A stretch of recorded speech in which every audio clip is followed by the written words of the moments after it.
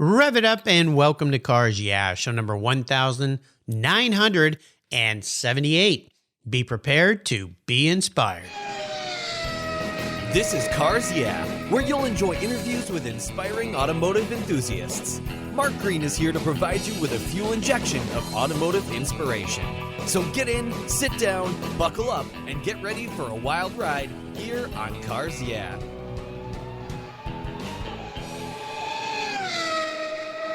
Hello, inspiring automotive enthusiasts, and welcome to Cars Yeah. As we close in on the end of 2021, I think for many of us, it couldn't have gotten by faster for us. Let's all hope that 2022 will be much, much better. Today, I'm in beautiful Buck Hill Falls in Pennsylvania with a very special guest by the name of Peter Maier. Peter, welcome to Cars Yeah. Do you have it in gear, and are you ready to release the clutch? We're ready to rock and roll, Mark. We're ready. We're going to have some fun here. Now, before I give you a proper introduction and we talk about the incredibly beautiful artwork you create, what's one little thing that, Peter, most people may not know about you?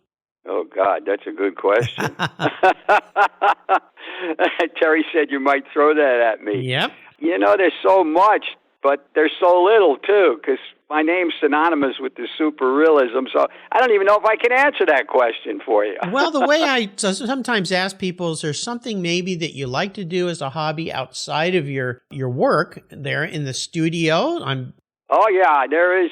Yeah, I got into bass fishing. I bought a really kind of expensive Ranger bass boat. Terry and I go out. We got a lake about a half hour from here, Wallenpaupack. And that's probably the only place I relax. We go up early in the morning. We watch the deer come to the shore sometimes. We watch the eagles fly, the egrets, the blue herons. And that keeps me relaxed. And I just ordered a huge 40 series Kubota excavator. Oh. I like to play in the dirt down at my property. I have another property. So my wife said, "What do you need an $85,000 excavator?" I said, "To have fun." So they don't know about me. Moving some dirt around. Well, there's nothing like getting out in nature to refresh the lungs and the mind and the brain and get those creative juices flowing. So we're going to get going on this show here, but that sounds like fun. And playing with excavators, moving dirt around. I like it. Very cool. Well, Peter Maier is an automobile designer, industrial designer, and fine artist. After seeing his work at the New York World's Fair, the vice president of General Motors Corporation, a guy named Bill Mitchell, who those of history know that name very well, hired Peter prior to his junior year. His career was interrupted for a brief period in 1967 through 69 when he served as a military police officer in Vietnam. Thank you for your service. Upon his return, he went on to enjoy a distinguished career as an automobile designer, being the youngest ever to be hired by GM. He rose the ranks and became a senior designer for Cadillac, Pontiac, and Chevrolet motor divisions, thereby becoming part of a very elite group. He left the security of this position, though, in 1980, and although approached by many other major design firms, he embarked on a journey to pursue his personal passion as a fine artist on his own. And he's been painting and selling privately since 1980. Without any gallery representation, he has sold well over 400 major works. And when you go to his website, which I'll put a link on the show notes page, you will be blown away. I guarantee it. We'll be back in just a minute to learn more about Peter, but first a word from our valued sponsor, so give him a little love, and we'll be right back.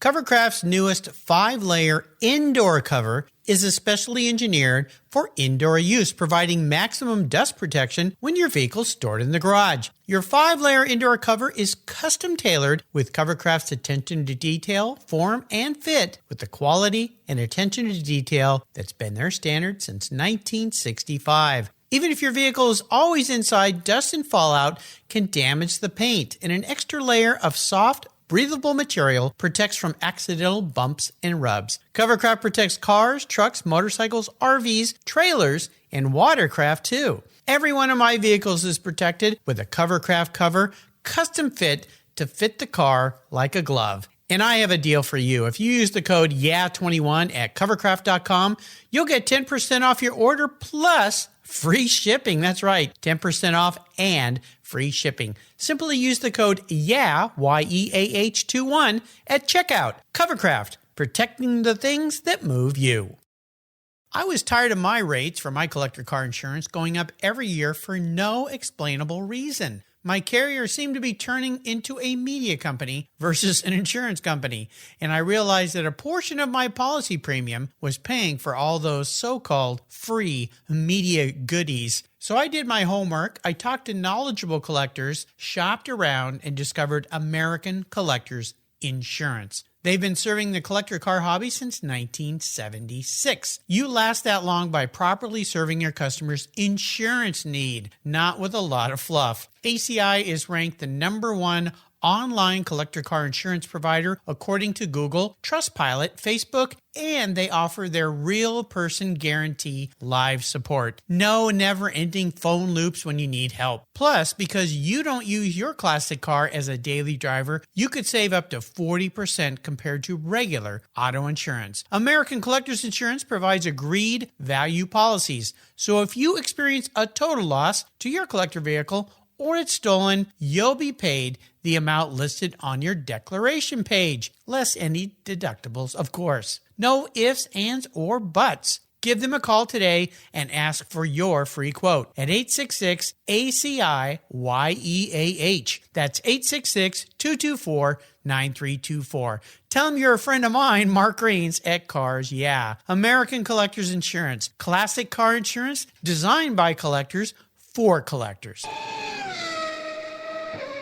So, Peter, we are back. So I would love for you to walk through a bit of your history as a car designer first, because you had a very great career there, but then you took a very bold move and said, you know what, I'm going to go do something kind of different and be on my own. And I commend you for that bravery. But let's walk through your history first as a car designer, because you were a young guy when they picked you off. Yeah, I was 19. Before they hired me full-time, I was in a summer program. Bill hired me for that, too. And that's a 3-month stint, summertime. And they pay you, and that's where they kind of judge. They had like 8 different colleges they hired from: Art Center, Pratt, Cleveland Institute of Art, Notre Dame also. And halfway through that program, Jordan and Mitchell came down, first, second in command, and said, hey, we really like your work. Do you like it here? I said, yeah, I kind of like this. It's better than being a machinist with my dad. My dad was a precision machinist from Germany. Wow. But, I had art in my body. That's the way it worked. I was born with a talent. I'm very fortunate. I was born with a talent. So they said, well, we'd like to offer you a job full-time. Nice. So I had a job before, graduation, and Ford, and you had to go to the interviews. That's the way the dean of the industrial design department did it. So Ford, Chrysler, a bunch of them came, and they all offered me a job as well. GM knew it, but GM paid more, and my heart was with GM, and I liked Bill, and that's how it happened. Yep. Wow. Where'd you go to college? Pratt Institute in good old Brooklyn, where I'm from. There you go. I love it. Well, as we fast forward through your career, because I really want to focus on what you're doing now, I'll tell the listeners, these are some of the descriptions I've heard about Peter here. Innovator, realism redefined, impossibly real, student of art, corporate leader, automotive designer, fine art master, artistic outlaw, innovator, master realist, craftsman for the ages, unsurpassed work ethic, realism redefined. When I found you, Peter, I had to keep looking at what you're doing, going, wait a minute, is this guy a photographer? Wait, what? And then I looked at the scale. So when did you realize it was time to leave GM and then go out on your own into a very challenging world of trying to make a living and being an artist? And how did that process work for you as you started to build your career and your customer base? Well, let me backtrack just a bit. At Pratt, I was assistant to Robert Mallory. He was in the junk sculpture movement, and he had works in the Museum of Modern Art, the Metropolitan, all the big museums. Mm-hmm. And they hired me as his assistant. They picked what they thought was the most promising three-dimensional design student at Pratt in the industrial design department, and I won. I didn't know what it was all about, but Bob paid me $10,000 for the summer, and that was a lot of money. That was a lot of money back then, yeah. Bought a brand new '63 Le Mans, and here I am, one of the youngest kids on the soccer team, and I got my own car. Nice. And so I always had a love for art. I met Warhol, Rick Rauschenberg, Lichtenstein, Willem de Kooning. Yeah, because Bob was in that circle, and he had a beautiful loft on Broome Street in what would become Soho in 1969. That became famous. We were in the heart of it. And these guys said, take the job. When I went in And on a Saturday, I think Warhol and all of them, they say, Pete, take the job. We're still struggling. You're too young yet to make it in the art world. And Warhol at that time was 30. Bob was 45. So I'm 18, 19. Yeah. And they said, Pete, that's a hell of a job to get. So I took it. But I always,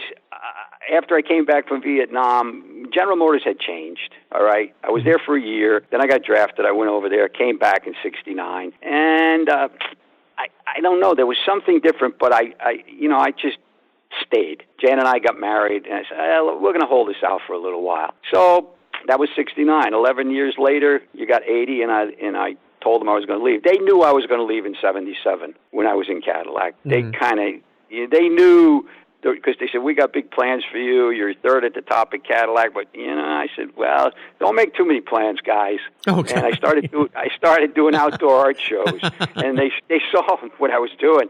And I couldn't get, they stopped the leave of absence thing.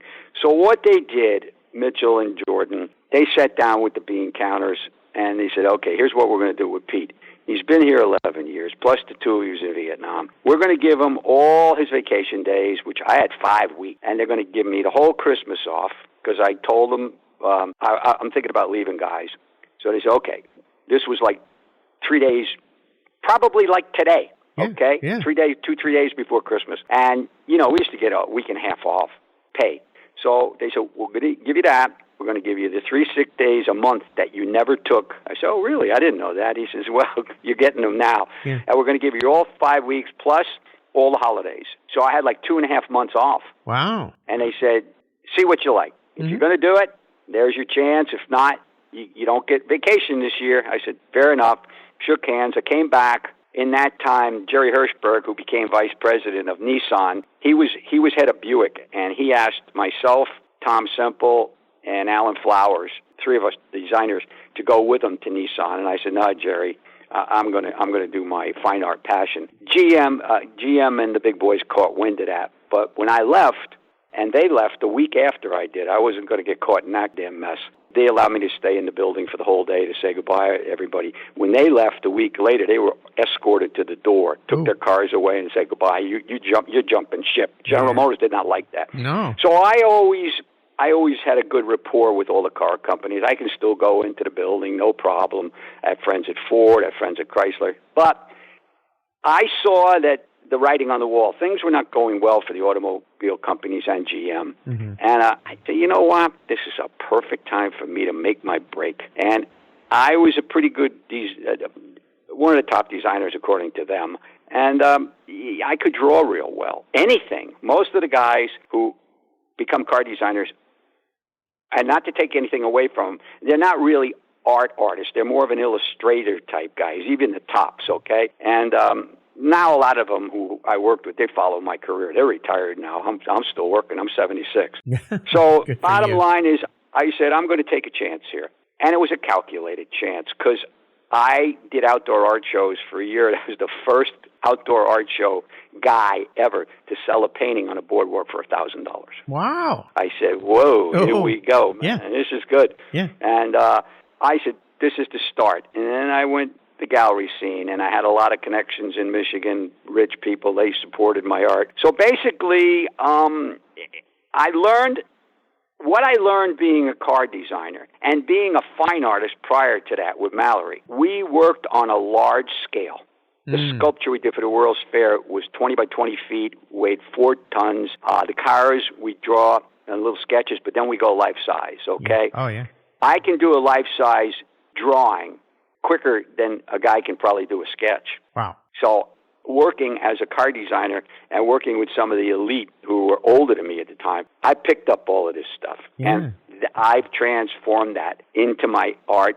I've also liked to work with experimental products, which Mallory did. We worked with polyester resins. We worked with all kinds of crazy chemical stuff, which got us a little sick, and I got sick too. But I was the first one to take actual waterborne automotive paint made by DuPont. 3 years before it came out, they gave it to me. Wow. As long as we shook hands. I had no lawyers involved. They didn't have any either. I was the first person in the history of DuPont to get an experimental product that I'm not a DuPonter. I mean, This is the first time anybody outside. So they gave me today, and now about 3-4 years ago, they sold their paint division to Axalta Coatings, and many of the same people went with Axalta. Since between DuPont 1993, when they gave me the paint, before it even came out in California, and mine's a specialized paint. Mine's hand mixed. Bottom line is, I bet close to $350,000 worth of paint I have here. I could open 5 body shops. Oh my gosh. You've mentioned some incredible names that you worked with, and I always like to ask my guests for what I call a driving inspiration, a very influential person in your life that was a mentor, if you will, or someone that was a big help looking back to get you where you are today. Is there a name that stands out? I mean, the people you hung out with back in the early days at the beginning of Soho, holy cow. But who would that be? You know, my dad always was a good influence, which always helped. And he wanted, and my mom, they were a little afraid of me being an artist because, you don't make any money. Well, we've changed that around a little bit. Yeah, big bit. We're doing pretty well.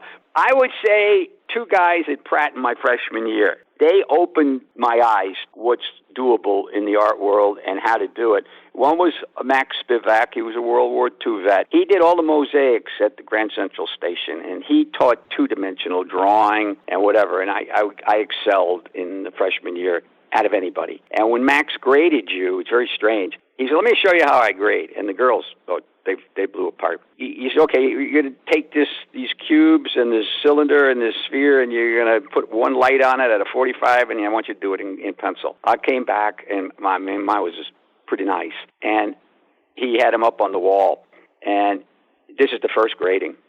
And you had a week to do this. Mm-hmm. Here's your thumbtacks, put them up on the corkboard. And there's 35 kids in a class, about 5 girls, something like that. And Eric Max says, okay, many of you are not going to like the way I grade. You'll realize as we go along, he starts ripping them off the wall and throwing them on the floor. Oh, and there's only 3 left. Wow. Mine, Vince Mastracco, and Jim Petrillo. And we always had it. Now, I'm going to tell you how these 3 are all going to get a 4.0. That's an A. But one of them is an A+, the other one's an A, and the other one's an A-. Now I'm going to tell you why. And his favorite word was nuance. Now look what this guy Maier did. Look at the nuances in here. I knew what he was talking about, but I'm young. I'm 17 at this point. And that's how it happened. So he was one of the influenced me, and then I made big drawings, and he just freaked out at that. He kind of took me under his wing. And the other was Bob Mallory. He was the 3-dimensional teacher in my freshman. So that freshman year, I would say those are the 2 who kicked off my career to what it became. Wow. Well, those tough teachers, it's pretty brutal at the time, but they set you straight, and you start to realize. My son attended RISD, Rhode Island School of Design. There you go. Okay. As an industrial designer, and he talked about some of the professors and the way they did that, and he said you'd have some tears in the room. Some of the people I worked so hard. Oh, on that, yeah, yeah. But well, you know what Max told the kids when some girls started crying. He says, listen, I'd rather have you cry now than go home and explain to your mother why you got constant F's and you're wasting their money. I don't want any of you people to waste your parents' money, because art schools, your kid went to RISD, it's expensive.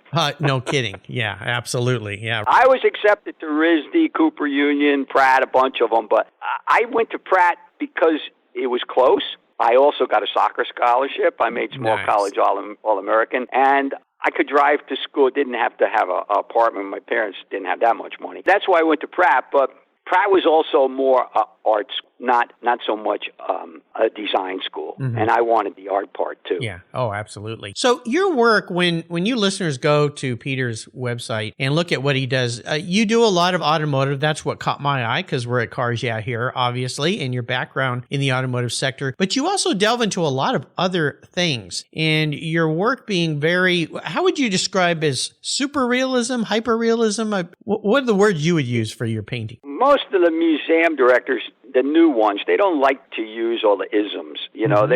They say, I'm just a master realist. Master realist. Yeah, absolutely. Yeah, I don't go into the isms. I'm with a gallery in New York that's the top photorealist gallery. But, that's a gone movement. Photorealism was late 60s, mid 70s through maybe part of the 80s. But I've developed my own process, and that's what makes my painting so different. I paint on aluminum, and I use this automotive paint. And believe it or not, Mark, here's the crazy part. I've got all this paint, and I've got all 54 color samples, okay? Wow. Bottom line is I only use 8 colors. Really? 8 colors. I'll send you some stuff. And no colors are pre-mixed. This is the kicker. No color is ever pre-mixed. I'll take, let's say I want to make a green. Mm-hmm. I'll spray different tones of a yellow, different thicknesses, okay? And I mix my paint really thin. Like if you took a tea bag into hot water and dipped it 10 times, that's the consistency of my paint and the medium. It's not thick like you would, yeah. Okay, so let's say I'm spraying a yellow, and I want to make an out-of-focus background. I'll spray it in circles, I'll do this, or I'll paint it with a brush, real thin. Yeah. And then I'll put blue over that, thin shades of blue. And all of a sudden, you've got instant green, see? Yeah, okay. So on the Stingray painting, that's got well over 100 layers of 8 different colors over the silver flake. That's what makes it look so deep and real. And then when I put the final clear coat on, it's like looking at a motorcycle gas tank. It has that illusion of depth. Oh, my God. So okay. That's what mine looked like. Now, you can't see that in photographic form. You have to be in front of an original to get that. Right. Okay? Yeah. Yeah. That's the trick here. You know what comes to mind? I have a Porsche that my listeners know. I call it my Orange Crush, affectionately. Mm-hmm. And it was painted at the factory in part of their paint to sample program. It was not a Porsche color at the time. It was special ordered. Okay. But it's a 6-stage pearl metallic. And I know what it is. Yeah. When you look at the car, it looks like metallic orange, but as the light flows across it, it goes yellow, it goes green, it goes gold. And if you open the trunk, or frunk, they call it on Porsches, and you pull the carpet out, you'll see all those different colors laid down because they didn't do the inside of the trunk like they did the outside of the car. But your work has that very depth. So now I see how you're doing that. Yeah, what I took automotive paint technology and applied it to fine art. Okay? Wow. The early cave painting at Le Caux and all of that in France and whatever, they were actually done with the world's first airbrush. This is true. The mouth. They took a hollow reed, mixed their saliva with red ochre or lamp black from their fires and saliva and sprayed that through. Those are not done with a brush, or they're done with their hands and with what would be the world's first air gun. Yeah. Paint gun. So I paint with brushes and everything, but it's probably half and half brush work, half airbrush. But I've taken airbrush to a different level, and I've applied automotive paint technology to fine art. That's all I've done. All you've done, yeah. Well, I love it, and it's absolutely beautiful. Let's talk a bit about a challenge along the way. Now, going out on your own is a big challenge, but that seems to be an obstacle that you overcame. Was there something else along the way in your career path? It could be back at GM, or it could be as you went on your own, that was a big challenge, but you found a way around it, and maybe some failures or challenges in that scope were learning lessons that were really valuable to you? Yeah, most of them. They were little problems. My biggest thing in life was the Vietnam thing. I don't have PTSD and all of that crap like a lot of my friends do, but that opened my eyes. Yeah. That was I saw how quick life could go. Yeah, okay, yeah, it's crazy. It affects people like crazy. You have to be there. And, when we came back, the bad part about it, right now, Terry's standing right here next to me, sitting right next to me. I always wear my Vietnam veteran hat because I get 10% off at Home Depot and Lowe's and everything, okay? But I decided to wear it about 5-6 years ago, and my wife bought all these hats for me, and I have Vietnam license plates. I got 3 speeding tickets that would be over $500. I was going 95 with my huge 60-foot trailer on I-95 in Stuart, Florida, and a guy pulls me over, and yes, sir, and I forgot. It was the first week I was wearing my hat, and he didn't give me a ticket, and he said, listen, just take it easy. Yeah. And I said, well, I was an MP in Vietnam. And he said, oh, really? And he knew I was in Vietnam. So it saved me 3 times, but, that experience opened my eyes. And when we came back, they spit at us. They called us frickin' baby killers. We didn't, we're just got drafted, put in a war. Damn it, what's the matter with you people? But now they salute me. Terry can tell you. They salute me. I can go to Lowe's and 5 people will come up. Thanks for your service. So the pendulum is shift. But thank goodness. That's probably was a big challenge to get out of that damn war and start all over again. Well, no kidding. My father-in-law was a 33-year Marine, served over in There you go. He would know. Served in Vietnam 3 times, and it was a not a good experience. But obviously, there were some things you took away from that strengthened you in many ways. Yeah, for sure. And personally, today here, Peter, I want to thank you for your service. Thanks. Yeah, it was a tough place to send a young kid off into the world, but no doubt it was part of forming your life. Now, you've mentioned the name Terry a couple times. Can we tell our listeners who Terry is? Because then go, wait, he said he was married, but who's this Terry person? Terry is Terry Munson, and he's the son of Joe Munson, who was in Vietnam. And Terry's been all over the world, and he married a Moroccan girl. He doesn't like to talk about himself, so he's going here. Why are you doing this? Because Mark asked me. That's why. well, he works. He works in your studio there and helps you, right? He does all the. He don't like to hear this. He's very. He doesn't like to talk about himself. That's the way Terry is. Yeah. Well, he's been a great help and a liaison between you and I, getting you on the show. He's first class. He does all the video, and he does that. He does all my computer work. I don't know a damn thing about that stuff. That's how I met him. I met him when he was 8 years old. He would come to the driveway. He's the only kid at Buck Hill who come up and say, "Good morning, Mr. Maier. How are you?" The rest of them could care who the hell you are. Most of them are little rich kids, So, but he's worked for me now for over a year, and we're rocking and rolling. We're doing some cool stuff, and we hope 2022 is going to really open the floodgates. Well, that's a nice segue there, my friend. And I was going to ask you about your future, your bucket list. What are some things that you're looking ahead to in your artwork to accomplish and maybe even change things up a little bit looking forward? Well, for your listeners who love cars, because that's what your thing's all about, or basically primarily about, I did a 3-wheeler. When we were at freshmen, when General Motors hired me for real, now you got about 8 to 10 other freshmen in there from different schools, different art schools. And the first assignment was given to me, all of us, to do a 3-wheel vehicle. They don't care how you did it, what engines you use, wheels, front, back, sideways, upside down. Just do it. Well, mine won from the sketch. Then we went on to build a full-size model. Wow. And Bill Mitchell and Chuck Jordan and the Tech Center people went nuts over my car. And that was done in '66. You can view it on my I've website. seen it. Yeah, it's wild looking. Looks like very futuristic. It's considered one of the most advanced 3-wheelers ever done. That was done in 1966. Wow. So I've been doing sketches, big sketches, like 30 by 50, and renderings, 50 by 80. And I don't know if you ever heard of Rob Ida, but you should interview Rob. He's been a guest on my show. All right. Well, we talked yesterday. Rob's been after me for years to build this damn thing. Oh, really?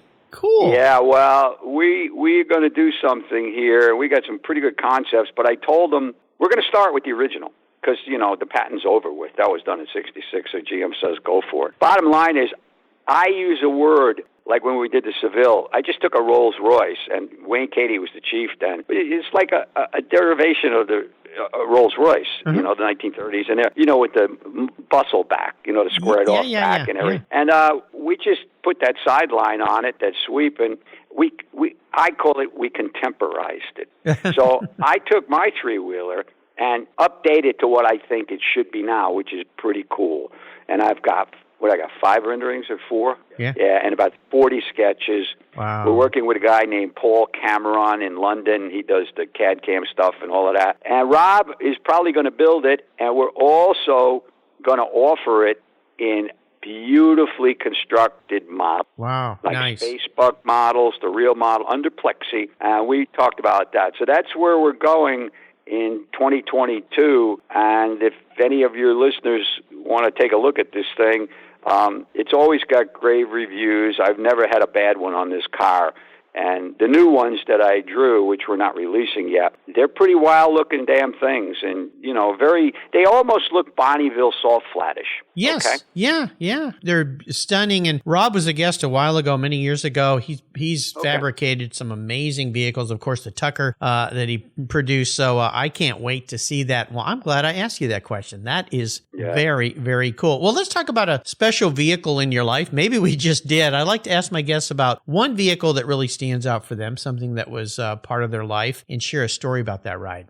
Well, that one, it probably stands out the most because, General Motors really had nothing to do with it. That was all me. That was not a designed by committee car. The other one, the platform is very important here, and that would be your E-bodies we released them all in 1977 for 80 production. That's what it used to take, 3 years, okay? So I would say the Seville Eldorado, the Eldorado was a coupe, 2-door. Seville was a sedan, 4-door. Same chassis, same hood, same upper. Mm-hmm. The sail panels were different a little bit. The windshield were the same. Bumpers were the same except for the caps on the Eldorado. And inner panels were the same. So you got 4 vehicles with the same damn overall length, the same panels that I just told you, plus the glass sharing on a chassis. The difference between the Seville and the Eldorado, one's a 4-door, one's a 2-door, but they're both the exact same length with the same windshields. And when we took the models out to Ride Road, they called it Ride Road, we could get about a length of a football field away from them, see what they looked like. Every one of them looked different, but the Seville stood out. Mm-hmm. And it looked at least 18 inches longer than the Eldorado, and it wasn't. It was the same damn length. So that platform and I worked with a team, of course, mm-hmm. not just me. Like I said, Wayne Cady was the chief, and there were 3 other designers in there, and I was a senior.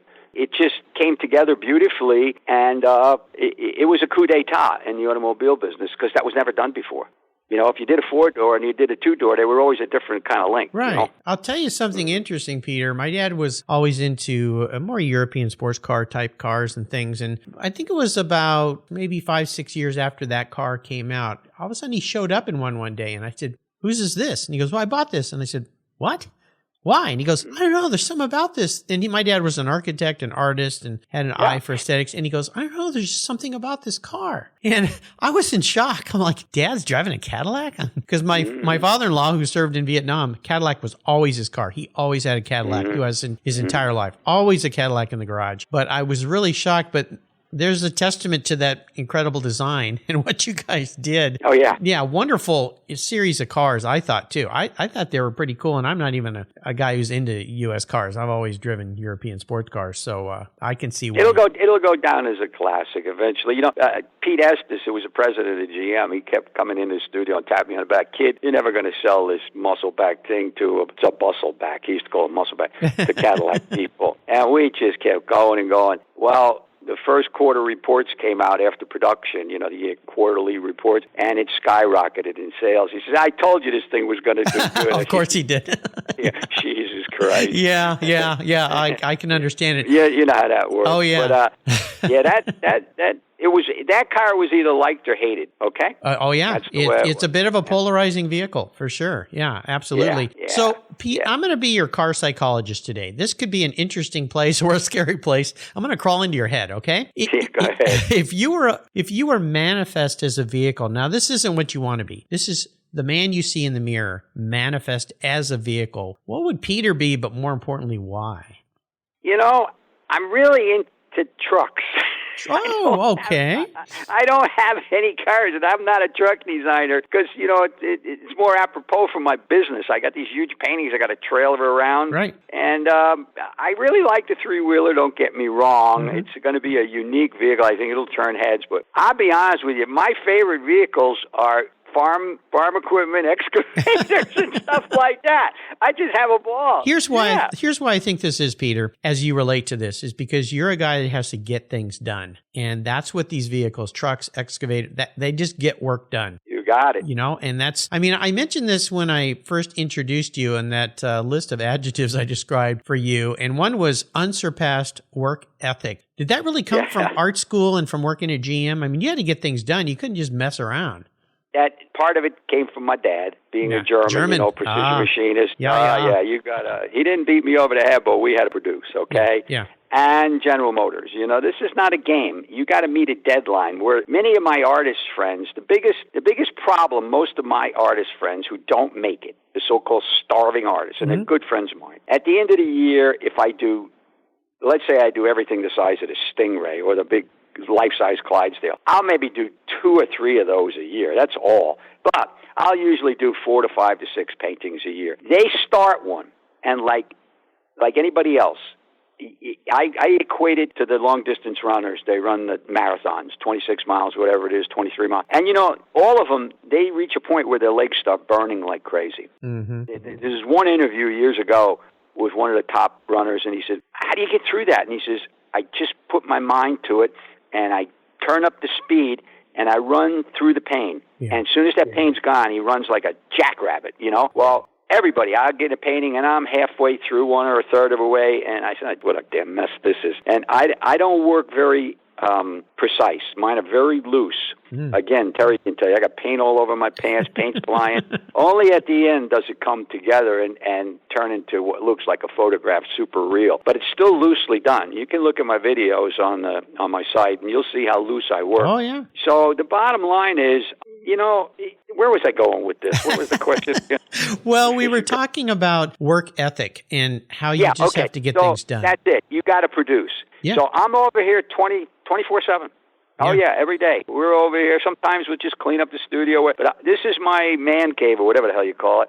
And I've always been like that. I work. I produce. Partially from my pop. And the rest from General Motors. Well, you remind me of my dad, Peter, because he, like I said, was an architect, but also an artist, a painter, a sculptor. And up until his last day, he was always working. And he grew up in Texas on a farm where the work never ends. My grandfather very rarely came to visit us in California. And one of the times he drove all the way there. And then 3 days later, he said, okay, I got to go home. And I said, well, Grandpa, you just got here. And he said, Mark, the cows don't take vacations. No, they don't. No. I got to get back. I got to get back to work. And he was in his probably 70s at the time. So the other thing is, I like what I do. There you go. Yeah. And I'm not going to lie to you. I like to make money. Well, of course. Well, you've discovered the secret sauce to life. You enjoy something and you can make a living at it. That's what Cars Yeah is all about. Well, like I said, I was fortunate. I was born with a talent. That's 3/4 of the problem. That's the easy part.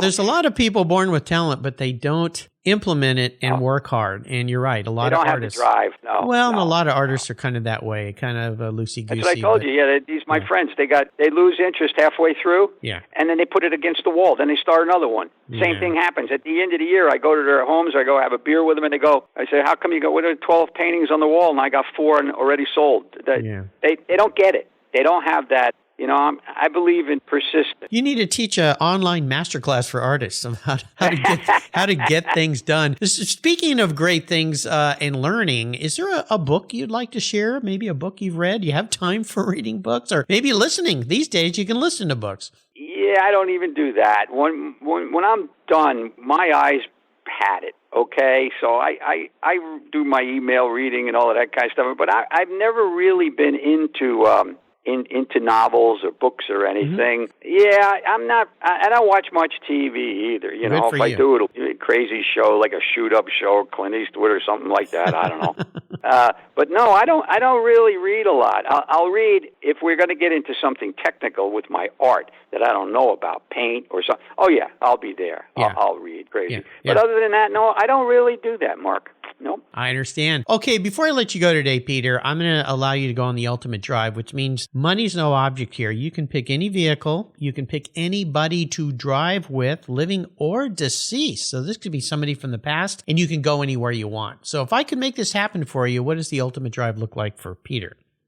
I don't know what the ultimate is. It a car too? Any car. You can pick any vehicle in the world. If you want a tractor, I'll get you one of those. Maybe a Lamborghini tractor.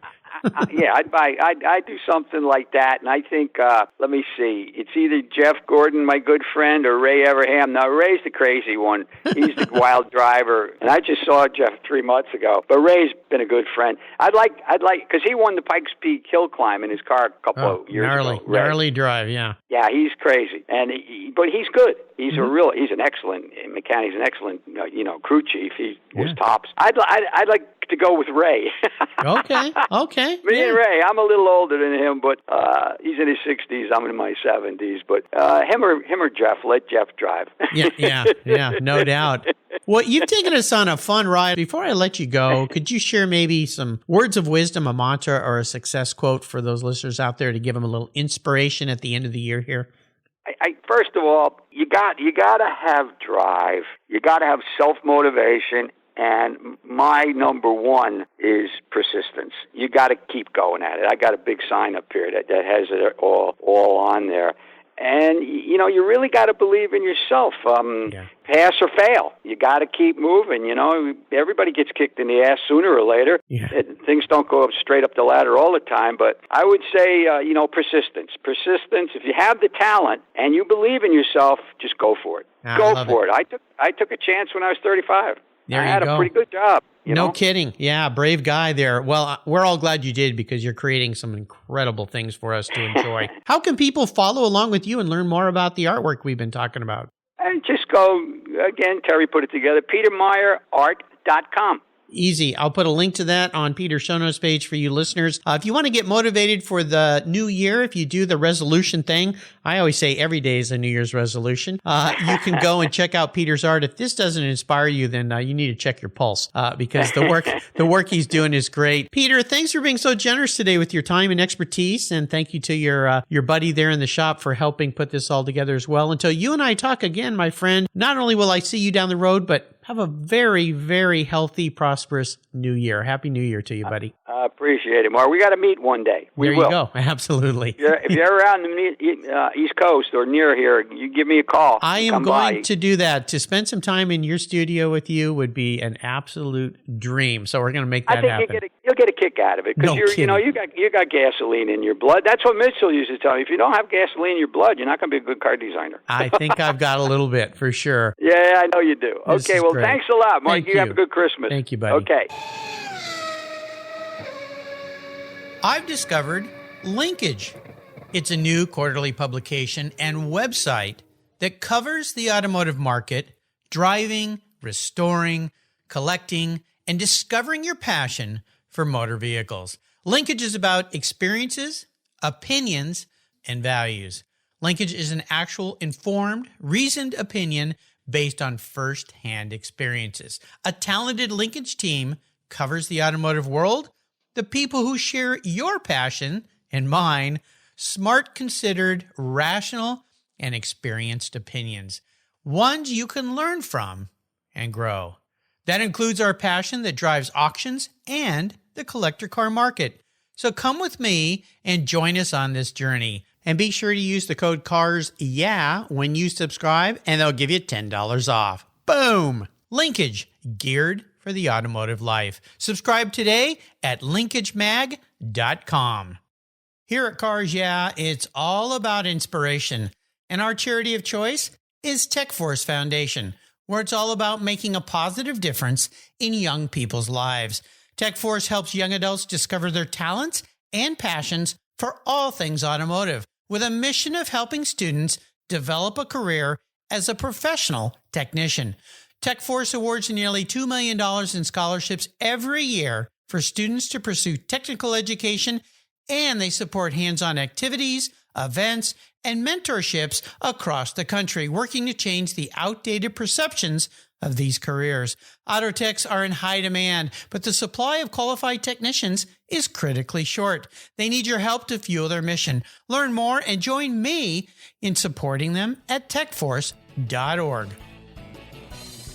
Thank you so much for joining us on today's ride here at Cars Yeah. Drive on over to carsyeah.com to find show notes and inspiring automotive fun.